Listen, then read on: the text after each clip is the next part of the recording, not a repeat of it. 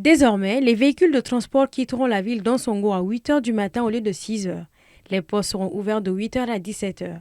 C'est la mesure prise le 10 octobre dernier par les autorités militaires dans le cercle d'Ansongo pour faire face, selon eux, à la montée de l'insécurité sur l'axe Ansongo-Gao, principalement sur la route nationale RN17.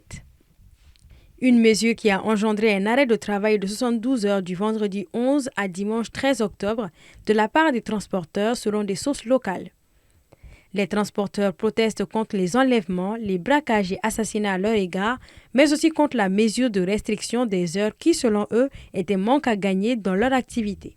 Auparavant, c'était le matin, c'est à 6 heures, j'ouvre, n'est-ce pas, les postes. Maintenant, ce n'est plus 6 heures, c'est à 8 heures. Et pour la fermeture aussi, au lieu que ça soit 18 heures, c'est à 17 heures. Les transporteurs ont vu ça comme quelque chose qui n'est pas rentable, n'est-ce pas, pour leur mouvement de la route. Donc, du coup, ils ont engagé un processus, n'est-ce pas, d'échange, de négociation avec les autorités militaires pour pouvoir trouver une issue favorable. Alors, après ça, il y a eu, en tout cas, des négociations qui ont été enclenchées. Donc cela a donné un résultat positif, temporaire, et aussi les transports disent que la population est en train de souffrir. Il y a des malades qui souhaitent à rentrer à Niamey pour des soins, d'autres en sont pour venir à Gao pour des soins. Donc il faut alléger aussi la situation à la population en entendant de poursuivre davantage les dialogues entre les transporteurs et les autorités.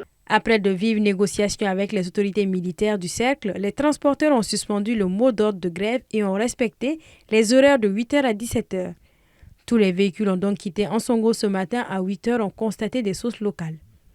Selon elles, la suspension de cette grève est momentanée car les transporteurs demandent aux autorités locales de revoir les heures et de renforcer la sécurité sur la route nationale RN17, faute de quoi ils menacent de reprendre la grève dans 48 heures, nous confient les sources locales.